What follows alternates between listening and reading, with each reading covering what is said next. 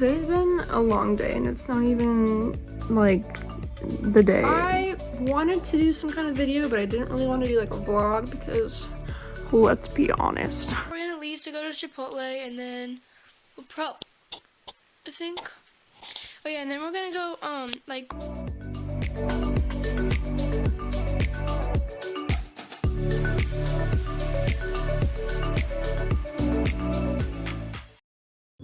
Hi. We are going to be talking about my audio drama, kind of behind the inspiration, how I got to where I am. Not that I'm anywhere, but it's a project that I started a couple years ago and you guys wanted me to talk about it, so that's what this video is going to be.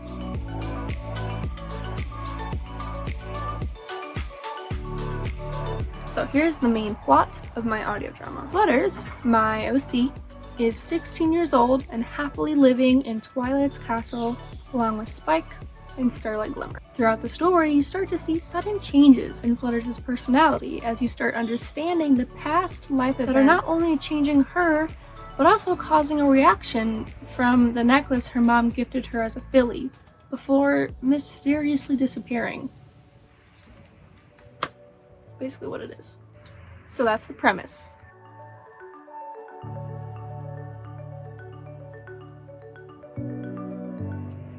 So why did I even start this audio drama? Surely I knew it was going to be a big project and everything, right? Wrong. I did start my audio drama during COVID, which was kind of perfect because I had a lot of time on my hands and a lot of other people had time on their hands. Pretty easy to actually get the recruitment part of it. I guess I was just lucky to get people on my team. And of course it was very small, like you don't start big at all. You start with like, 10 to 20 people and then over time you grow. Also, don't expect the first episode to be good. Specifically talking about My Little Pony audio dramas, I cringe when I look at episode 1. The characters in the script was just good enough to be passable, you know what I mean? And of course you can see each episode gets better and better and more quality and better editing. Also, look at my little lock. Isn't that so cute on my little lock screen? Sponsored by Apple. No. Why I started my audio drama, I was really passionate about being in other audio dramas that kind of helped me get my own. I would highly recommend for anyone wanting to start to join other audio dramas. Essentially, you want to be able to at least know how to do that yourself, get the knowledge you need, and then, go by yourself. Do your own thing, A lot of it was something I never did before, and obviously since this was during COVID, we were all very bored out of our minds. Never during that year was I like, oh, should I? I was like, I want to do that. I've never worked on a collaborative project this big. Each episode is going to have more and more people, so it's just more people to work with, which is so fun. What the? You say, see that? Get off. What was I saying? Totally forgot. As far as how I started my audio drama, I wrote the first episode. So, before that I did a lot of planning and character development and stuff. I did the episode premise of episode 2 and 3, which in the long run I didn't end up using at all. I think I took some parts from it, but I really scrapped all of that because it was really dramatic for no reason. It wasn't good, but I did it anyways because I knew that I had to plan ahead for each episode. When I wrote episode 1, I also planned the ending so that I have a clear path on where to go and how it's going to end. Even if I get writer's block, I still have a clear finish, which is really important because if you don't, you're going to be kind of aimless and you're like, well, where am I going with this? Because every scene has a purpose, even if it's a filler or even if it's just a really funny random scene. Every scene has a purpose. That is hard to get down and write sometimes, but it's a lot easier when you know how it's going to end. So yeah, after I made the ending, I created a casting call for the first episode and then kind of went from there. And then I made my Discord server, and that is kind of about it. A lot of planning behind the scenes, but it's totally worth it if you're someone who wants to start one.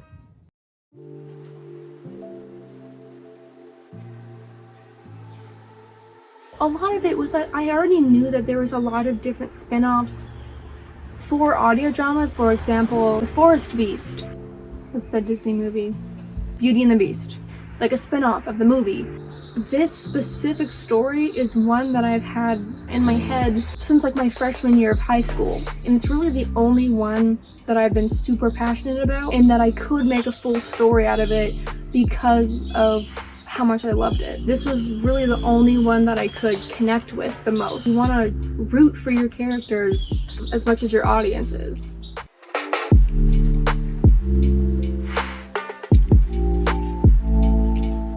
Let's go. Crisscrossed. I was gonna sit on the floor, but this week I've literally seen cockroaches slip in between the wooden boards, so we're not gonna do that. Anyways, my biggest inspirations for this audio drama, there's a lot of them, so buckle in. Small little disclaimer when it comes to this specific section, there's a lot of time involved in thinking and rewriting and rescripting. None of this comes naturally, at least for me, and it's something I still need to work on. I'm an artist, I don't write. Storytelling is very new to me.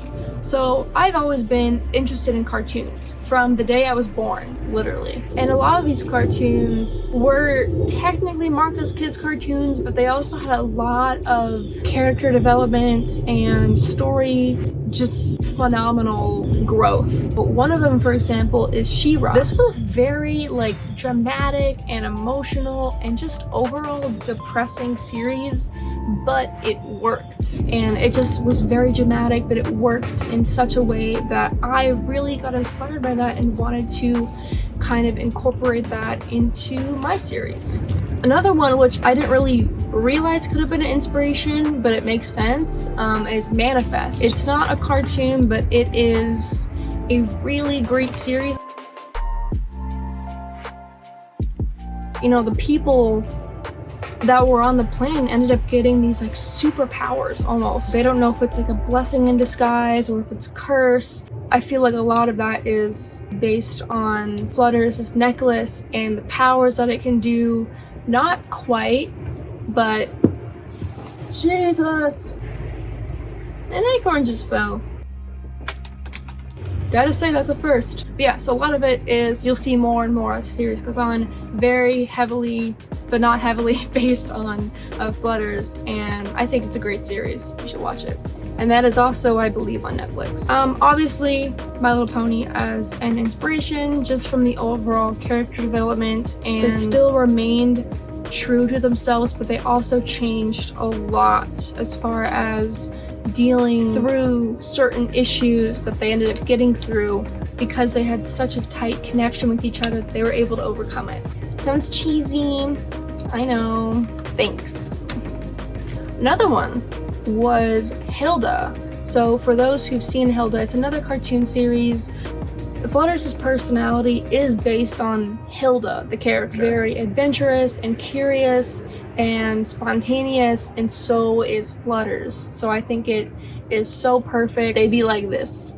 And the last one, very specific scene in the Sonic 2 movie, like the live action one that came out not too long ago. I love the relationship between, I don't know his name, but like Sonic's like quote unquote dad.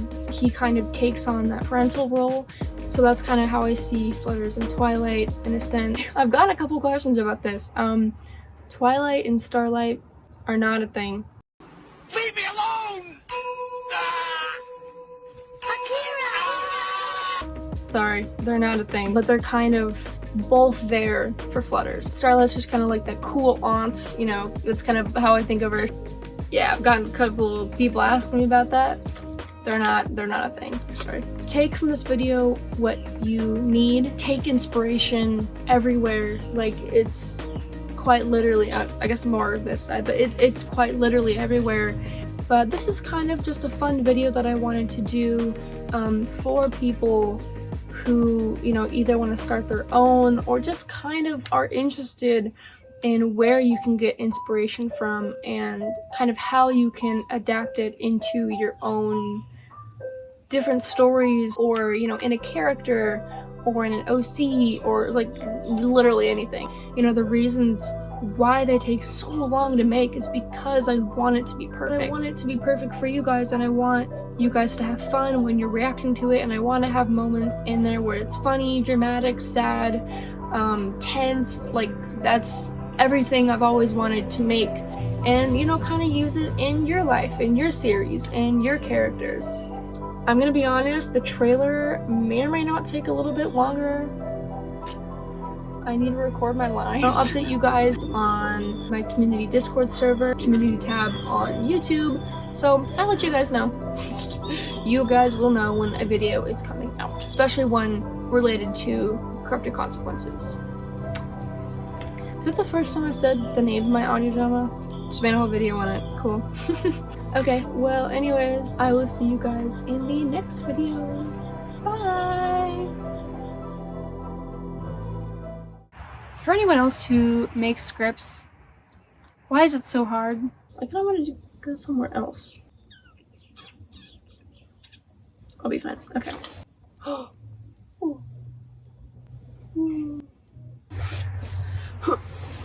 Okay, gonna end the video. Bye!